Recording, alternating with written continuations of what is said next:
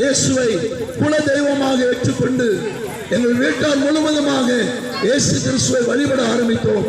இன்றைக்கு அவருடைய பிள்ளைகளாகிய நானும் அவருடைய பிள்ளைகளாகிய 7 பேரும் இந்த சிவகாசி சுற்றி இருக்கிற கிராமங்களிலே நாங்கள் வசித்துக் கொண்டிருக்கிறோம்.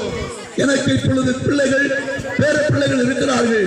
நாங்கள் எல்லாரும் இன்றைக்கு சந்தோஷமாய் சமாதானமாய் விடுதலையோடு கூட வாழ்கிறோம்.